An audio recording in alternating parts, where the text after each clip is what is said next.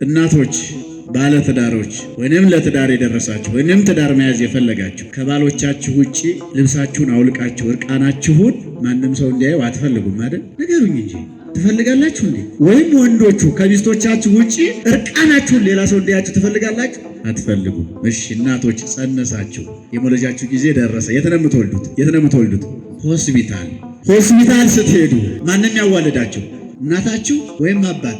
ማንም ያዋልደን? ዶክተሮቹ ናቸው አይደለ? ዶክተሩ ሴትም ይሁን ወንድም ይሁን ሲመጣ ልብሴን ለሌላ ሰው አውልቄ ሰውነቴን አላሳይም ማለት ይቻላል? ልብሴን አላውልቅም ሌላ ሰው ገላዬን ሊያየው አይችልም ይባላል? አይቻልም። ለምን? ዶክተሩ እኛን ራቁታችንን የሚያየን ለሌላ ዓላማ ሳይሆን ምን ሊያደርገን ነው?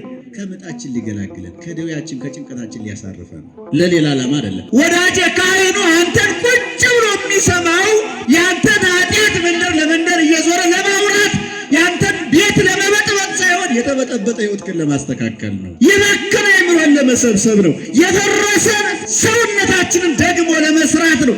የረከሰ አካላችንን ለማስቀደስ ነው። የራቀ ማንነታችንን ወደ መሐሪው ክርስቶስ ለማቅረብ ነው። ያ ነው የካህናት ድርሻ። ይህን እወቁ። ይህን ተረዱ፣ ክርስቲያኖች ተረዱ። ስለዚህ አንዲት የጸነሰች እናት ልብሴን አላወልቅም እንዲሁ ባለበት አክመኝ አዋልደ ብትለው መፍትሄ ይሰጣታል? አይሰጣትም። ስለዚህ ምን ታደርጋለህ? ውልቅልቅ ያደርጋችሁ ሙሉ አካላችሁን ታሳያላችሁ። ከዚያስ በኋላ ሰርጀሪ መስራት ካለበት ይሰራል። ዳምሶ በአግባቡ አይቶ መፍትሄውን ይሰጣል። ስለዚህ ካህኑ ምን ያደርግ? በደንብ አድርጎ ኃጢአትን ይመረምራል። ለዚህ ነው ዮሐንስ አፈወርቅ ከመታመም አስቀድሞ ሆስፒታል ቤተ ክርስቲያንን እወቃት፣ በዚያ የሚሰጠውን መድኃኒት በአግባቡ ውሰድ። ካህናቱ ዶክተሮቹ የሚሰጡትን መድኃኒት ተጠቀምበት። መድኃኒቱ ሥጋው ደሙ ነው። ሐካሚዎቹ ደግሞ ካህናት ናቸው። ሰው ንስሐ የማይገባበት ምክንያት እግዚአብሔርን አይምረኝም የኔ ኃጢአት ብዙ ነው ይላል። ምን ይላል አልኳችሁ? እኔ አልማርም፣ እኔን የሚያስምር ማንነት ምን አለኝ? እግዚአብሔር እኔን ይቅር ስለማይለኝ በቃ ጣጣይን በዚሁ ጨርሼ ልሂድ ይላል። የዛኛውን ዓለም ተስፋ ይቆርጥና በቃ በዚሁ ተደስቶ መኖር ይፈልጋል። አይምረኝም ሆነ ማለት ይህ ክህደት ነው። እግዚአብሔርን በቀለኛ ማድረግ ነው። እግዚአብሔርን ጨካኝ ፈራጅ ማድረግ ነው። ለዚህ ነው ሊቁ ዮሐንስ አፈወርቅ እንዲህ ይላል፣ ኃጢአት የሰራህ እንደሆነ ይላል ንስሐ ግባ። ሺህ ጊዜ ኃጢአት ብትሰራም ሺህ ጊዜ ንስሐ ግባ። ንስሐ ማለት የመለኮት ምሕረት የሚገለጥበት መንፈሳዊ ሕክምና እንጂ የፍርድ አደባባይ አይደለም። ክርስቶስን በቀለኛ አታደርገው ይላል። እየሰማችሁ ነው? ሺህ ጊዜ ብንበድል ሺህ ጊዜ ንስሐ እንግባ። ከቻል ደግመን ላለመበደል፣ ደግመን ላለማስቀየም፣ ደግመን እግዚአብሔር ላለማሳሰን እንጣር። ካልሆነ ግን ነገ ለሰራነው ደግመን እንግባ። ቤተ ክርስቲያን ፍርድ ቤት አይደለችም። ቤተ ክርስቲያን ፍርድ ቤት አይደለችም፣ የምሕረት ቤት ናት። የመለኮት ባህሪ የተገለጠባት ናት። መለኮታዊ ስራው የሚከናወንባት ናት። ፍርድ ቤት አድርገን አንቁጠራት። ስለዚህ እግዚአብሔር አይምረኝም አንበል፣ እግዚአብሔር ይምረኛል እንበል። ሰይጣን ክፋቱ የመጨረሻው ሰይጣን የሚደሰተው አንድ በመጽሐፈ መነኮሳት እንደሚነግረን ሰይጣን መቼ ይደሰታል? ጎረቤት ሲያጣላ ነው አይደለም፣ ባልና ሚስት ሲያፋታ ነው አይደለም።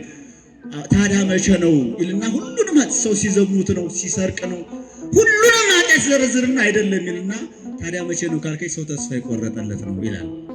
ሰው የገደለም ንስሐ ሲገባ ይመለሳል፣ የሰረቀም ንስሐ ሲገባ ይመለሳል። ሁሉም ኃጢአት የሰራ በንስሐ ይመለሳል።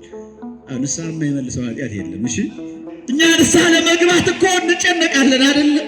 ግብን የሚያካክለውን እናስቀምጥና ጥቃቅኗን እኮ ምንናገረው ዝሙቱን እንናገራለን፣ ጽንስ ማስወረዱን አንናገርም። ሐሜቱን እንናገራለን፣ በሐሜት ሰውን እንዳስጎዳን፣ ማረሚያ ቤት እንዳማቀቅን፣ እስር ቤት እንዳወረድን፣ እንዳስገደል አንናገርም። ድብስብሱን ኃጢአት እንናገርና ዋናውን እናስቀምጣለን። ንስሐ ሲገባ ሁሉንም ጥርት አድርጎ የውስጣችንን ሸክም ማቅለል ነው። ደግሞ እግዚአብሔር በኃጢአታችን የሚምረን እንጂ በኃጢአት በመስራታችን የሚፈርድብን አምላክ አይደለም። ኃጢአት ስለሰራን አብዝቶ የሚበቀለን አምላክ አይደለም። እንደ ምድራዊ ዳኛ ምሕረቱ ብዙ ስለሆነ ይምረናል። ኃጢአት ሰራችሁ ብሎ እግዚአብሔር ቢቆጣም ምሕረቱ ብዙ ነው፣ ይምረናል። ስለዚህ ከመዓቱ ይልቅ ምሕረቱን እንወቅ። ደነቃቸው እንደ አይነት ክርስቲያን ማግኘት አይገርማችሁም? አንድ ቀን የአባቶቻችን የቃላቸውን ትምህርት የእጃቸውን ታምራት እኮ አላየችም፣ አልሰማችም። ግንስ ባህሪነቱን አወቀች፣ ተረዳች።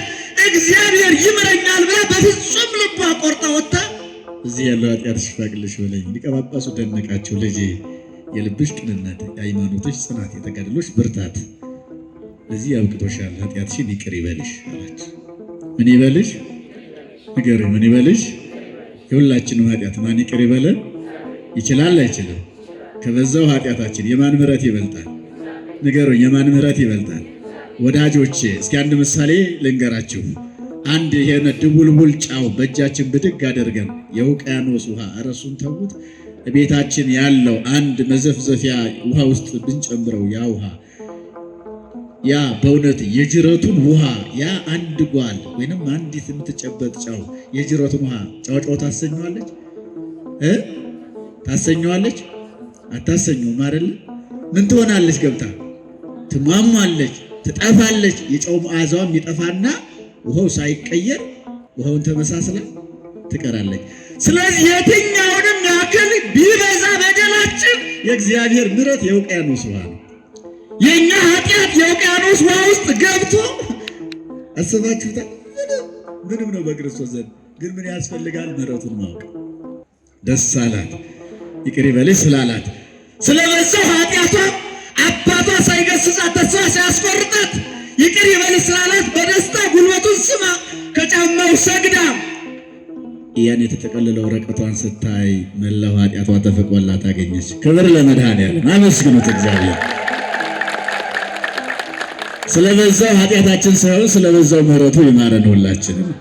ገልጣ ስታይ አንዲቷ ስትቀር መላው ተፈቆላት አገኘች። አባቴ አለችው፣ ሳስባት የምታስደነግጠኝ፣ ሳውራት የምታሰቅቀኝ፣ አዎ ታላቂቷ ኃጢአቴ ቀርታለች፣ ይችንም ይቅር በልሽ በለኝ አለች። አይገርማችሁ? አንዲቷ ብቻ ስትቀር በሕይወት ዘመኗ የሰራችው ጨለማን ተገን አድርጋ፣ ጊዜን ተገን አድርጋ፣ ገንዘብን ተገን አድርጋ፣ ነገሮችን አመቻችታ የሰራችው ኃጢአቷ ሁሉ ሲሰረይላት አንዲቷ ኃጢአቷ ብቻ ቀርታ አገኘቻት። ታሰቅቀኛለች፣ ታስጨንቀኛለች፣ ታሳፍረኛለች አለችው። ባስልዮስ እንዲህ አላት፣ የኔ ልጅ ይህችን ኃጢአትሽን ለማስተስረይ እኔ አልበቃም። ኃጢአትሽን እግዚአብሔር ይቅር ይልሻል፣ ግን ይህችን ኃጢአት ለማስተስረይ የኔ ንጽሕና ቅድስና ይጎላል።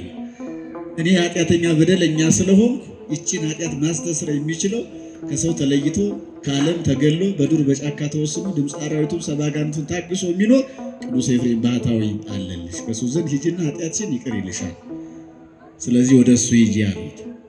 ራሳቸው ክብር ከሚገለጥ የወንድሞቻቸው ክብር ቢገለጥ ስለሚወዱ አሁን እኛ ያልተደረገልን ነው አይደለም እንዲመሰከርልን የምንፈልገው እንኳን አደርገን።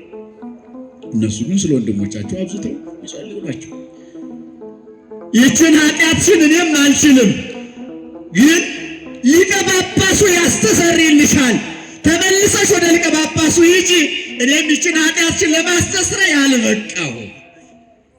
አያችሁ እንዴት አድርገው ሊፈውሱ እንደሚችሉ አባቶቻችን በጥበብ ዮሐንስ አፈወርቅ በድርሳኑ ላይ ሲተረጉም አበ ነፍስ ማን ነው? ነፍስ አባት ወይም ደግሞ አበ መምህር፣ የመምህር አባት ወይም ደግሞ የመምህር ድርሻ።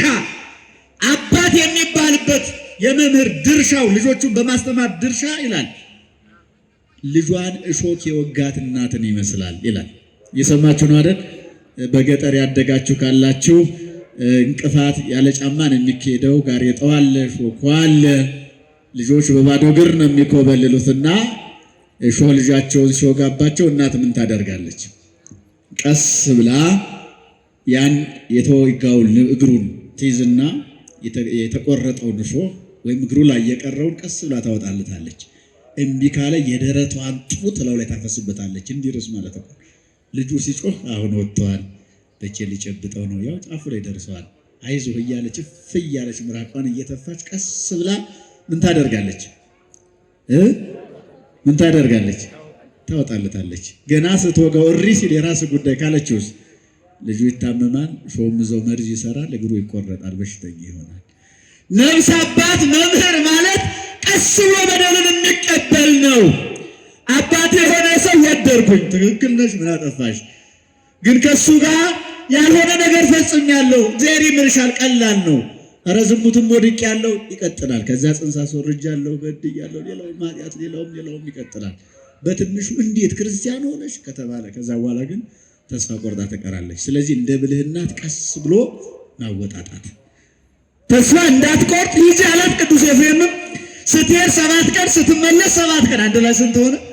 ስንት ሱባኤ ማለት ነው? 2 ሱባኤ። የእግሯ ጫማ አልቆ መንገድ ላይ እየተቆረጠ ይወድቅ ነበር ይላል።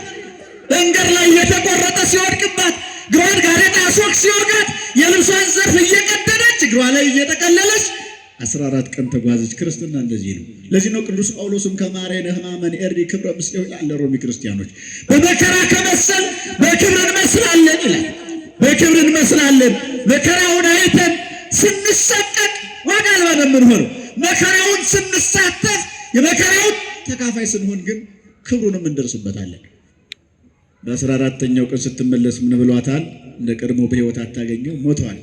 ካህናት ሊቀብሩት ወደ መቃብር ይዘው ሲሄድ ታገኛለሽ። አንቺ አትጠራጠር፣ ቀርበሽ አስከሬኑ ላይ ጣዩ አላት። በ14ኛው ቀን ብትመጣ ወደ መቃብር ሬሳውን ይዘው ሲሄዱ አገኘች። አልተጠራጠረችም። ከአስከሬኑ ላይ ብጥለው የሚያስጨንቃት የሚያሰቅቃት ኃጢአቷ ተሰረየላት። ክብር ለመድኃኔዓለም ለሚምረን አምላክ። ወዳጅ እግዚአብሔር አይምረኝም አትበል። ያንተ የሰራው ኃጢአት በክርስቶስ ዘንድ ያንዲት የዝናብ ጠብታ ያክል እንኳን ቦታ የላትም በክርስቶስ ዘንድ። ስለዚህ ምሕረቱን ማመን መሐሪነቱን ቸርነቱን መረዳት ነው። የመጀመሪያው ኃጢአታችን እንዳልኳቸው ኃጢአታችን አለማመን ነው። እንደሚከሰን እንደሚወቅሰን ካወቅን እንደዚህች ብላቴና ንስሐ እንገባለን። እንደው እንዳይቆረቆራችሁ የዚህች የሴትዮ ኃጢአት ምን ነበረ? 2 ሱባኤ ያስፈልጋት ካላችሁ ሴትዮ በዝሙት የምትተዳደር ናት፣ ኃጢአተኛ ናት። መላ ዘመኗ በኃጢአት የጨቀየ ነበር። ልጅ ወለደች። ከማን ወንድ እንደሆነ እንኳን አታውቁም። በቀን የሚደርስባት ሰው ብዙ ነው። ገንዘብ ካገኘ ችግር የለባትም። ከእንዲህ አይነት ህይወት አውጣን እግዚአብሔር። ሁላችን እኛ ሰዎች ነን። እሺ የሰው አስተሳሰብ ይኑረን። ሰው ማለት እግዚአብሔርን የሚፈራ ነው። ሰው ማለት ለክርስትናው የሚጨነቅ ነው። ለዚህ ነው ቅዱስ ያሬድ የተኮኑ ከመፈረስ ወበቅል አልቦም ልብ እለ በህሳም ወበልጓም የመይጥዎም መላቲሆም ይላል። እናንተ ሰው ናችሁ። ሰው ሆይ ሰውነት ይኖራችሁ፣ ልብ እንደሌላቸው ፈረስና በቅሎ፣ ልጓም እንደሌለው ፈረስና በቅሎ አትሁኑ ይላል። ልጓም የሌለው ፈረስ ገደል ይሰዳል። ለክርስትናችን ገደብ ልጓም ካላረግንለት ገደል እንገባለን። ዝሙቱ ገደል ነው፣ ዘረኝነቱ ገደል ነው፣ ሐሜቱ ገደል ነው፣ ትዕቢቱ ገደል ነው። በዚህ ሁሉ ውስጥ እንገባለን። ልጅ ወለደች። ከማን እንደሆነ አደገች። ልጅቷ የእናቷን ተግባር ለመደች።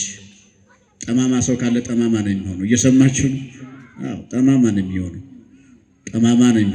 ሰካራም ካለ ሰካራም ነው የሚሆነው። ልጅ አምሽቶ የሚገባ ከሆነ ልጅ ማምሸት ነው የሚፈልገው። ተጨቃጫቂ ከሆነ ጨቅጫቃ ነው የሚሆነው። እሷም ዝሙተኛ ሆነች። እሷን እናትየዋን የሚለምዱ ጎልማሶች ወደ ልጅቷ ገበያው አመዘን። እናቷን እየተው ልጅቷን ኃጢአት ይፈጽሙባት ጀመር። በልጇ ተመቅኝታ በመርዝ ገደለቻት። ይህን ኃጢአቷንም እግዚአብሔር ይምረኛል ብላ ጽፋት አኖረው ነበር ይላል። አስባችሁታል? አሁን እንዲህ የሚሰራን የኔ ኃጢአት ትንሽ ነው ብላችሁ ኃጢአታችሁ እንድታሳንሱ አይደለም።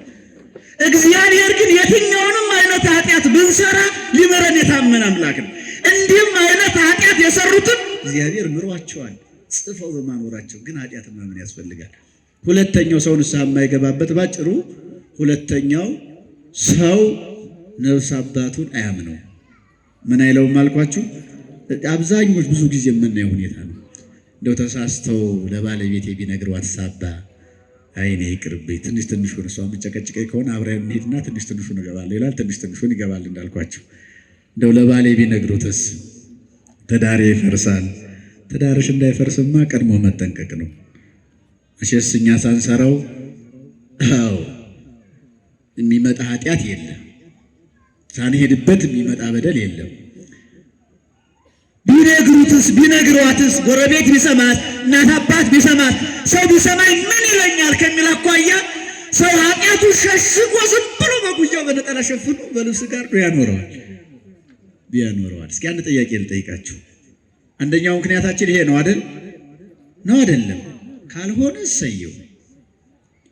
እናቶች፣ ባለ ትዳሮች ወይንም ለትዳር የደረሳችሁ ወይንም ትዳር መያዝ የፈለጋችሁ ከባሎቻችሁ ውጪ ልብሳችሁን አውልቃችሁ እርቃናችሁን ማንም ሰው እንዲያየው አትፈልጉም አይደል? ንገሩኝ እንጂ ትፈልጋላችሁ እንዴ? ወይም ወንዶቹ ከሚስቶቻችሁ ውጪ እርቃናችሁን ሌላ ሰው እንዲያችሁ ትፈልጋላችሁ? አትፈልጉም። እሺ እናቶች ጸነሳችሁ፣ የመውለጃችሁ ጊዜ ደረሰ። የት ነው የምትወልዱት? የት ነው የምትወልዱት? ሆስፒታል። ሆስፒታል ስትሄዱ ማንም ያዋልዳችሁ? ንገሩኝ እንጂ እናታችሁ ወይም አባት? ማንም ያዋልደን? ዶክተሮቹ ናቸው አይደለ? ዶክተሩ ሴትም ይሁን ወንድም ይሁን ሲመጣ ልብሴን ለሌላ ሰው አውልቄ ሰውነቴን አላሳይም ማለት ይቻላል? ልብሴን አላወልቅም ሌላ ሰው ገላዬን ሊያየው አይችልም ይባላል? አይቻልም። ለምን? ዶክተሩ እኛን ራቁታችንን የሚያየን ለሌላ ዓላማ ሳይሆን ምን ሊያደርገን ነው? ከምጣችን ሊገላግለን፣ ከደዌያችን ከጭንቀታችን ሊያሳርፈን ነው። ለሌላ ዓላማ አይደለም። ወዳጄ ካህኑ አንተን ቁጭ ብሎ የሚሰማው ያንተን ኃጢአት መንደር ለመንደር እየዞረ ለማውራት ያንተን ቤት ለመበጥበጥ ሳይሆን የተበጠበጠ ሕይወትህን ለማስተካከል ነው። የባከነ አእምሮን ለመሰብሰብ ነው። የፈረሰ ሰውነታችንን ደግሞ ለመስራት ነው። የረከሰ አካላችንን ለማስቀደስ ነው። የራቀ ማንነታችንን ወደ መሐሪው ክርስቶስ ለማቅረብ ነው። ያ ነው የካህናት ድርሻ። ይህን እወቁ። ይህን ተረዱ ክርስቲያኖች፣ ተረዱ። ስለዚህ አንዲት የጸነሰች እናት ልብሴን አላወልቅም እንዲሁ ባለበት አክመኝ አዋልደ ብትለው መፍትሄ ይሰጣታል? አይሰጣትም። ስለዚህ ምን ታደርጋለህ? ውልቅልቅ ያደርጋችሁ ኑሮ አካላችሁን ታሳያላችሁ። ከዚያስ በኋላ ሰርጀሪ መስራት ካለበት ይሰራል። ዳምሶ በአግባቡ አይቶ መፍትሄውን ይሰጣል። ስለዚህ ካህኑ ምን ያደርግ? በደንብ አድርጎ ኃጢአትን ይመረምራል። ለዚህ ነው ዮሐንስ አፈወርቅ ከመታመም አስቀድሞ ሆስፒታል ቤተ ክርስቲያንን እወቃት፣ በዚያ የሚሰጠውን መድኃኒት በአግባቡ ውሰድ። ካህናቱ ዶክተሮቹ የሚሰጡትን መድኃኒት ተጠቀምበት። መድኃኒቱ ሥጋው ደሙ ነው። ሐካሚዎቹ ደግሞ ካህናት ናቸው። አንድ ዶክተር በሽታ ምን ይሰማል፣ መቼ ጀመረ፣ ስንት ዓመት ሆነው ብሎ ይጠይቃል። የህመሙን ጽናት ለመረዳት ነው። ነፍስ አባትም ቀስ ብሎ ኃጢአታችንን ሁሉ ቀስ ብሎ እያናገረ ይረዳል። ከዚያ በኋላ ልክ ሐኪም ይሄን አድርግ፣ ይሄን አትብላ፣ ይሄን ጠጣ፣ ይሄንን ውሰድ፣ ይሄን በዚህ ሰዓት ተጠቀም ብሎ እንደሚወስንልን ነፍስ አባት ካህናትም 7 ቀን ጾም፣ 14 ቀን ጾም፣ 21 ቀን ጾም፣ 3 ቀን ጾም እስከ 7 ሰዓት እስከ 9 ሰዓት ጨው ያልነካው ቂጣ ብለው ሕግ ወስነው፣ እኛ ደግሞ ሐኪም ካዘዘን ጎበዞች ነን፣ ሁሉንም እንተዋለን አይደለ? አባት ካዘዘን ግን ብዙ መተዋችን አጨቃጫቂ ችግር ነው። እኔ ካልበላሁ የጤና ችግር አለብኝ፣ ለደዌ እጋለጣለሁ፣ ለሞት እዳረጋለሁ። ስለዚህ በጥሩ ነገር ያደርግልኝ። ሳይወድ ካህኑ ጨርሶ እንዳይጠፋበት በል የምትበላውን ባታቋርጥ ስጥ መጽሙት ይለዋል፣ ቀስ እያለ ማለት ነው። ሐኪም ካዘዘን ግን የምንወደውን ቢሆን እንተዋለን። አንድ ነገር ልንገራቸው፣ የትኛውንም ኃጢአት ካህኑ ቢሰማ በማግስቱ ብትጠይቁት ካህኑ የእናንተን ኃጢአት አያስታውስም። እየሰማችሁ ነው? ይረሳዋል፣ መንፈስ ቅዱስ ይሰውርለታል። ታዲያ 600 ነፍስ ልጆች ያሉት አንድ ካህን የ600ን ጉድ ሲሰማ ናላው ዞሮ አይምሮ ጦዞ እብድ ሆኖ አይሄድም ነበር? መንፈስ ቅዱስ ስለሚሰውርለት እንጂ።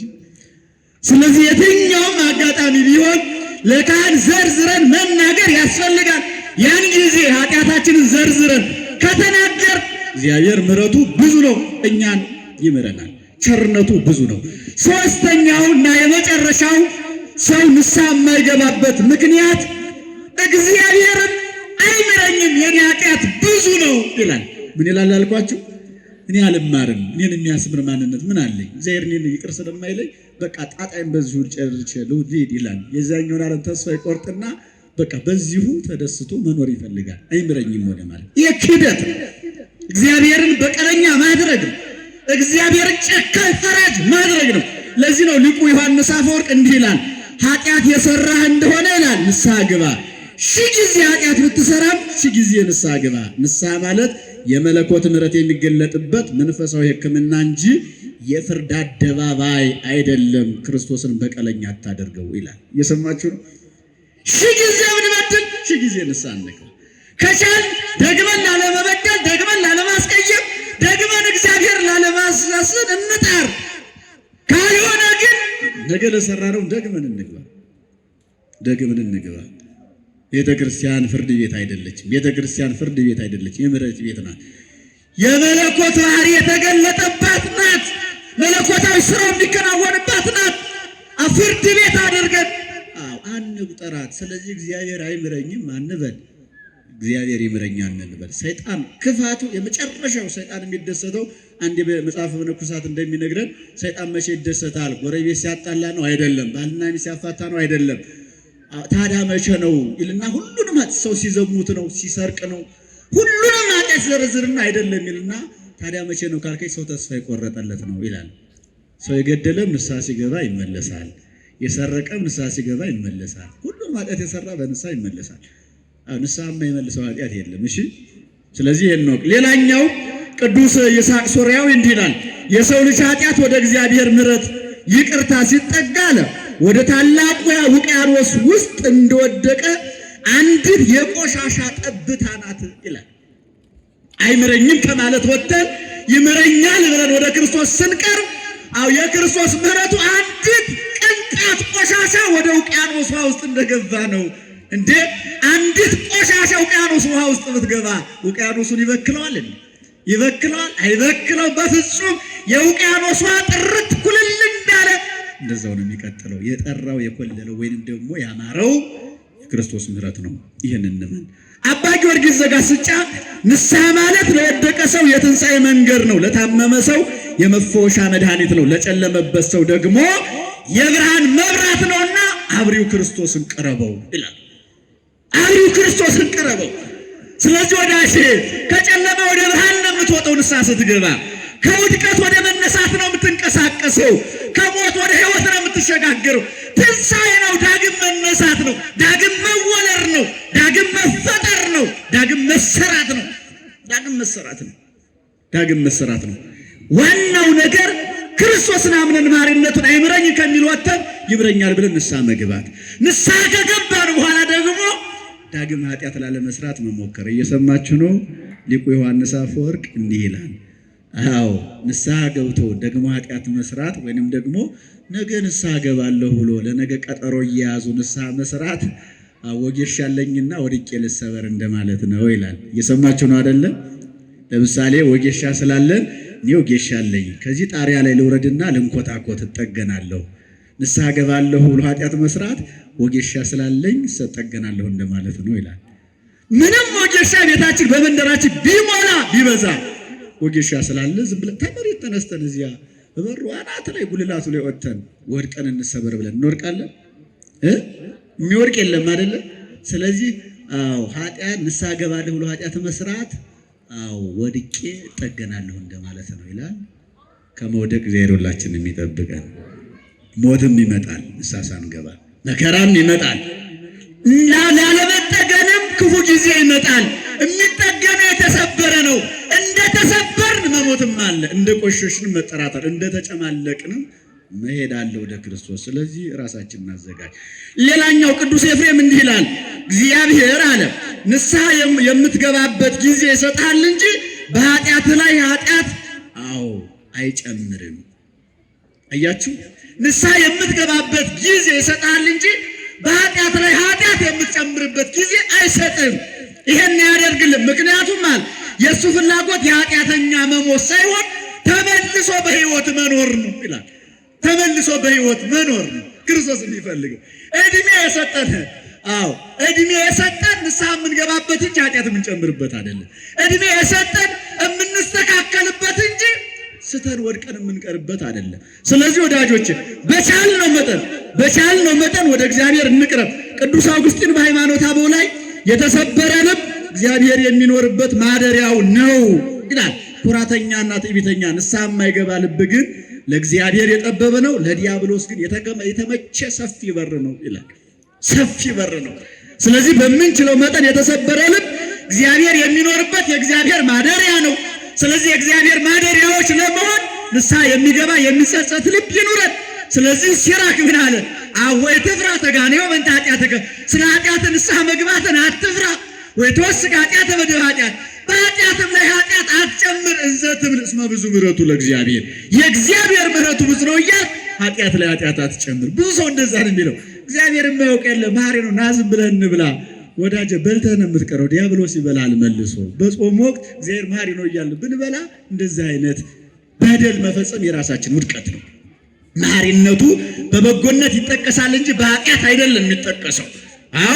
እግዚአብሔር መሐሪ ነው ብለን በእሳት እርጎ ላይ አንድ ማንኪያ መርዝ ጠብ ብናደርግ እግዚአብሔር ሊምረን ነው? ሊምረን ነው? እኛስ እናደርጋለን ወይ? ተናገሩ። እናደርጋለን? አናደርግም። ስለዚህ ምሕረቱ ብዙ ነው። ምሕረቱን አምነን ግን በምሕረት ቦታ ተገኝተን ማረኝ እንድንለው መድኃኒዓለም ይርዳን። የበረከት ሱባዔ ያደርግልን። ይቆየን።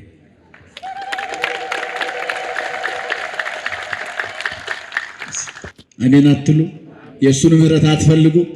እግዚአብሔር መሐሪ ነው፣ ይምረናል። ግን የሚማር ማንነት ይኑረን፣ የሚመለስ ማንነት፣ ንስሐ የሚገባ ማንነት፣ የሚጸጸት ማንነት ያስፈልጋል። ስለዚህ አያችሁ፣ ንስሐ ያልገባን ወንጌል ሳንሰማ ቀርተን አይደለም፣ ሳንማርም ቀርተን አይደለም። ሰው በሶስት ነገር ይማራል። አንደኛ በተሰጠው በተፈጥሮ እውቀት ብርሃኑን ብርሃን ጨለማውን ጨለማ ብሎ ያውቃል። ሁለተኛ ተምሮ ያውቃል፣ ተሰብኮ ያውቃል፣ ተነግሮ ያውቃል፣ ሰምቶ ያውቃል። ሶስተኛ ሰው ከመከራ ከድርጊት ይማራል። ከገጠመው ከተፈጸመበት ከሆነው ከደረሰበት ካየው ከዚህ ይማራል። ታዲያ ዓለሙ አያስተምረንም? የሰማነው አያስተምረንም? ያየነው አያስተምረንም? የገጠመን አያስተምረንም? እየሆነብን ያለው አያስተምረንም? አያችሁ፣ ኃጢአታችንን አናምንም። የራሳችን ኃጢአት ሞት እንደሚያመጣብን አናምንም። አባቶቻችን ክርስቶስን ባለመፍራታቸው ከክርስቶስ ጋር የነበራቸው ንብረት በማቋረጣቸው ሞት መጥቶባቸዋል፣ መከራ መጥቶባቸዋል። ስለዚህ ኃጢአታችንን እንመን። ኃጢአታችንን ደግሞ ክርስቶስ ይቅር እንደሚለን አምነን በኃጢአታችን ላይ እንወስንበት፣ እንቁረጥበት። ስለዚህ የመጀመሪያው ሰው ንስሐ የማይገባበት ምክንያት ኃጢአቱን አያምነውም።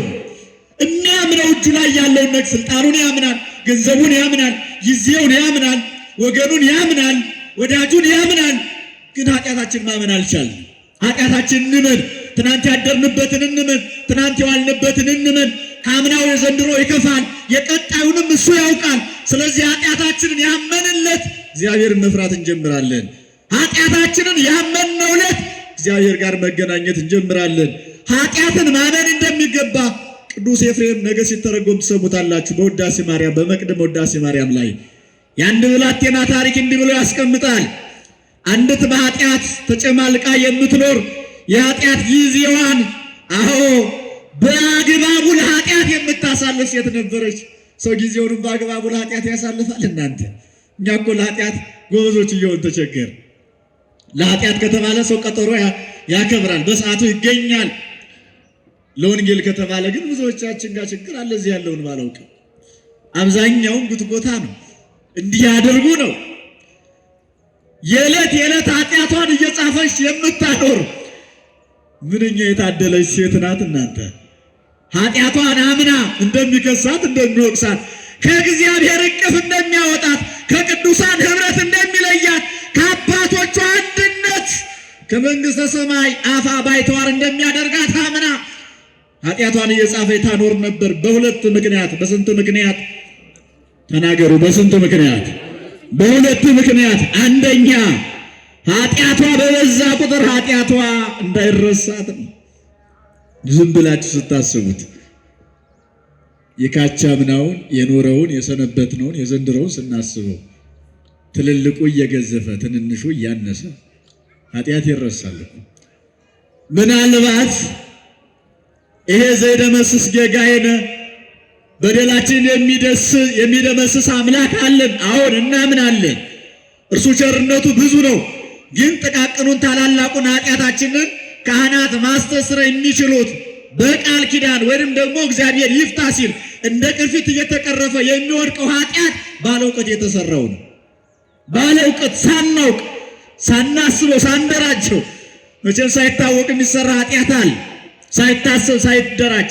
ሌላው ደግሞ ሰዓት ቆጥረን ቀን ሰፍረን ነገሮችን አመቻይተን ምቹ ሁኔታ እንደ ይሁዳ ሲሳካልን ኃጢአትን እንሰራለን። ቀጠሮ ይዘን ገንዘባችንን ሰዓታችንን አውጥተን አባክነን። ታዲያ ኃጢአቷ በበዛ ቁጥር በደሏ በጸና ቁጥር እንዳይረሳት የዋለችበትን ኃጢአቷን ማታ በምሽቱ ተነስታ ጽፋ ታኖረዋለች። ያደረውን ኃጢአቷን በማለዳ ተነስታ ጽፋ ታኖረዋለች። መጽሐፍ ብቻ አይደለም፣ ወደ ኋላ እየዞረች የጸናውን የበረታውን ኃጢአቷን እያየች ታለቅስ ነበር ይላል። ስለ ኃጢአታችን እንድናለቅስ መድኃኒዓለም ይርዳን።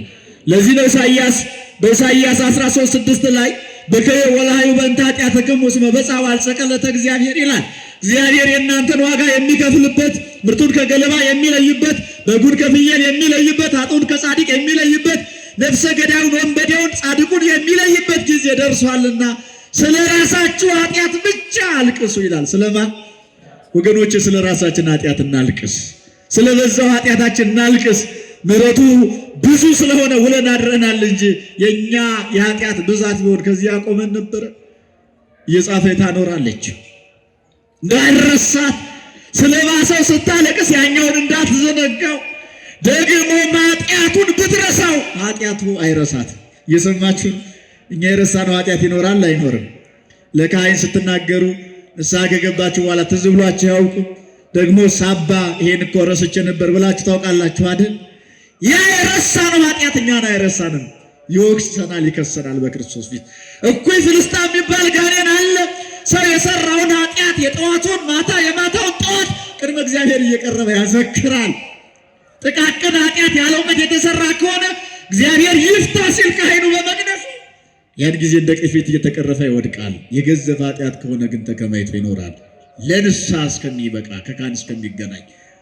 ስለዚህ ወዳጆቼ ኃጢአትን ማመን ያስፈልጋል። የታደለችዋ የተመረጠችዋ በወረቀት በደሏን እየጻፈች አኖረች። እኛ ዓመት እቅዳችን ነው የምንጽፈው። እኛ የዛሬ ዓመት መዳራሻችንን ነው የምናስበው አይደለም? ምንኛ መታደል ነው! ይሄ ቅድስና ነው በእውነቱ ኃጢአትን ማመን።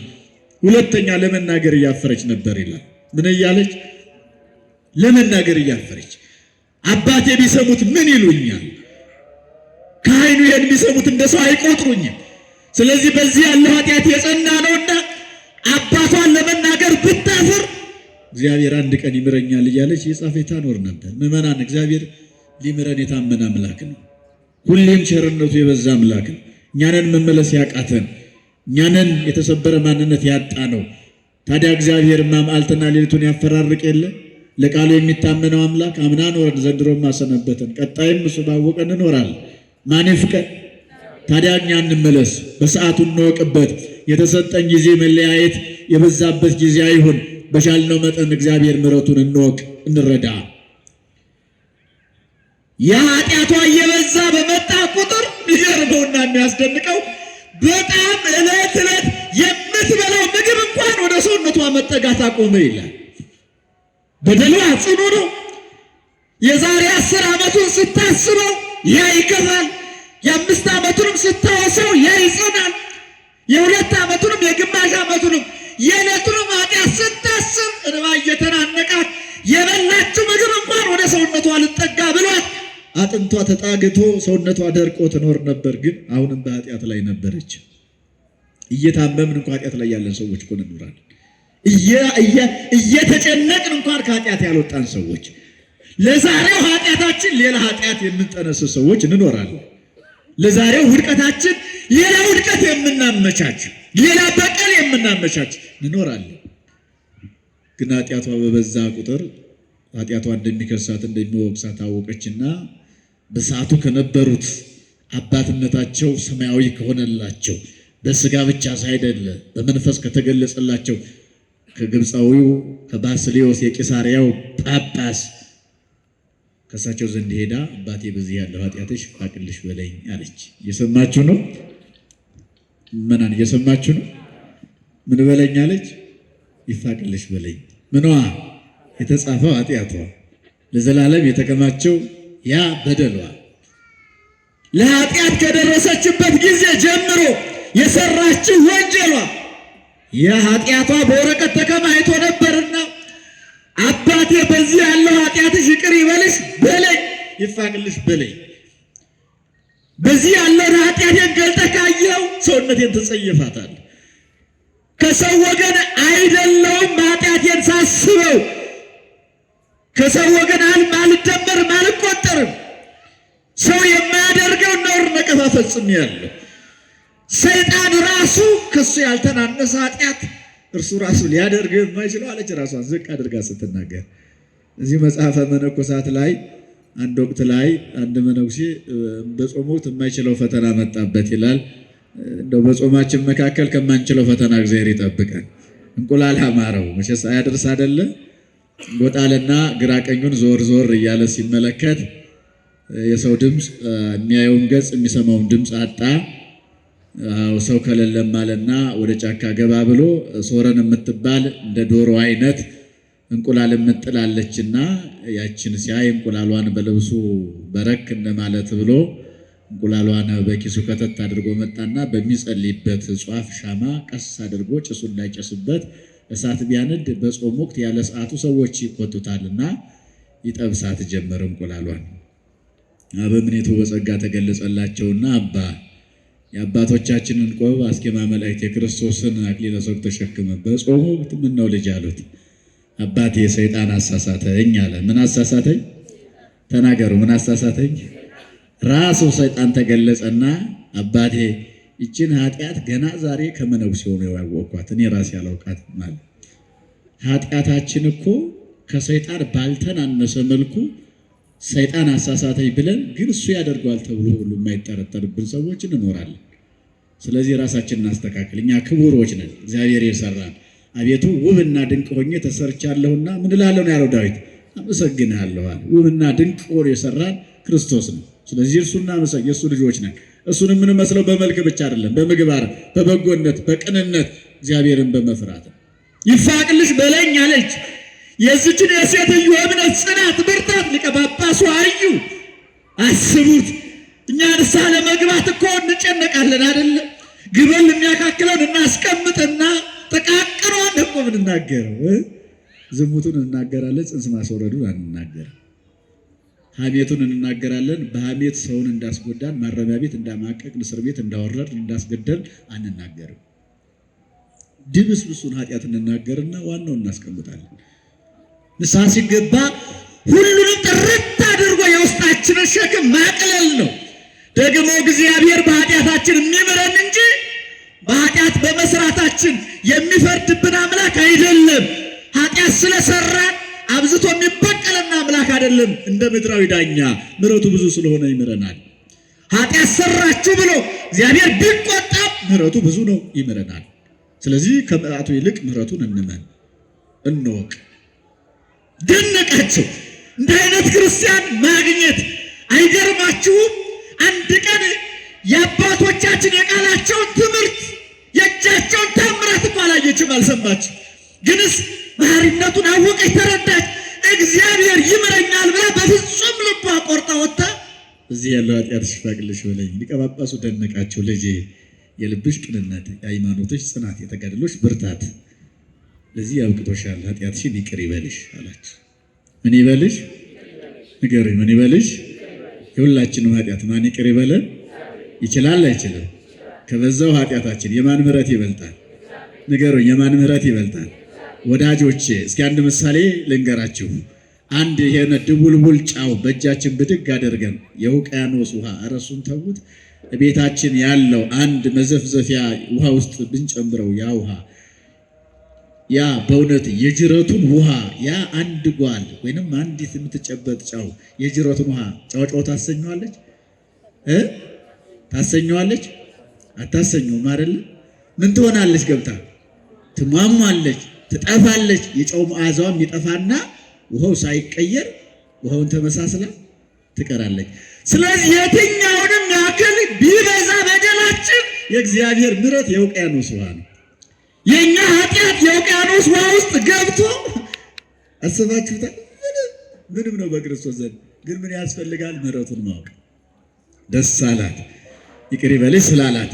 ስለበዛው ኃጢአቷ አባቷ ሳይገስጻት ተስፋ ሳያስቆርጣት ይቅር ይበልሽ ስላላት በደስታ ጉልበቱን ስማ ከጫማው ሰግዳ ያን የተጠቀለለ ወረቀቷን ስታይ መላው ኃጢአቷ ተፍቆላት አገኘች። ክብር ለመድኃኔዓለም፣ አመስግኑት እግዚአብሔር። ስለበዛው ኃጢአታችን ሳይሆን ስለበዛው ምሕረቱ ይማረን ሁላችንም።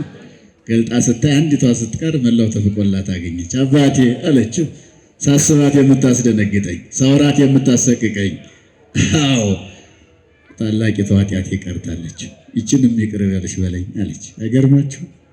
አንዲቷ ብቻ ስትቀር በሕይወት ዘመኗ የሰራችው ጨለማን ተገን አድርጋ፣ ጊዜን ተገን አድርጋ፣ ገንዘብን ተገን አድርጋ፣ ነገሮችን አመቻችታ ሊሰረይላት አንዲት ኃጢአቷ ብቻ ቀርታ አገኘቻት። ታሰቅቀኛለች፣ ታስጨንቀኛለች፣ ታሳፍረኛለች አለችው። ባስልዮስ እንዲህ አላት፣ የኔ ልጅ ይህችን ኃጢአትሽን ለማስተስረይ እኔ አልበቃሁም። ኃጢአትሽን እግዚአብሔር ይቅር ይልሻል፣ ግን ይህችን ኃጢአት ለማስተስረይ የኔ ንጽሕና ቅድስና ይጎላል። እኔ ኃጢአተኛ በደለኛ ስለሆንኩ ይህችን ኃጢአት ማስተስረይ የሚችለው ከሰው ተለይቶ ከዓለም ተገሎ በዱር በጫካ ተወስኖ ድምፅ አራዊቱን ሰባ አጋንንቱን ታግሶ የሚኖር ቅዱስ ኤፍሬም ባህታዊ አለልሽ። ከሱ ዘንድ ሂጂና ኃጢአትሽን ይቅር ይልሻል። ስለዚህ ወደ እሱ ሂጂ አሉት። ሊቀ ጳጳሱ ይሄን ያሉበት አንድ ምክንያት ነበራቸው። በምን? ይቺ ወረቀት ላይ ተጽፋ የተገኘችው ኃጢአት ድካም ቀኖና ያስፈልጋት ነበረ። አንድ ሱባኤ፣ ሁለት ሱባኤ፣ ጾም ጸሎት ያስፈልጋት ስለነበረ ይችኛው ኃጢአትሽ የጸናች ናት፣ ለዚህ ጾም መጾም አለብሽ ብሎ ቀኖና ቢሰጧት ተስፋ ትቆርጣለች። አስባችሁታል? የአባቶቻችን ብልህነት አባቶቻችንን በረድኤት ይጠብቅልን። አሰሩን ከገለባ ይሄን ዝም ብሎ አሰር ገሰሱን አባት ዝም ብላ ያያያችሁ ሌሎቹን አብራችሁ እንዳትወቅጡ። ንጽሕና ቅዱስና የተስተካከለላቸው ጸሎታቸው ቅድመ እግዚአብሔር የሚደርሱ አንብተው ጸሎታቸው የሚሰማላቸው አባቶች አሉ። ሂጂ አሏት። ቅዱስ ኤፍሬም ባስልዮስ ካለበት ለብርቱ እግረኛ 7 ቀን ያስጉዝ ነበርና 7 ቀን ሙሉ ወደ ቅዱስ ኤፍሬም ተጓዘች። እየሰማችሁ ነው አይደል? 7 ቀን። በሰባተኛው ቀን ከቅዱስ ኤፍሬም ደረሰች። አባቴ በዚህ ያለው ኃጢአትሽ ይፋቅልሽ በለኝ አለች። በቀጥታ ቅዱስ ኤፍሬምና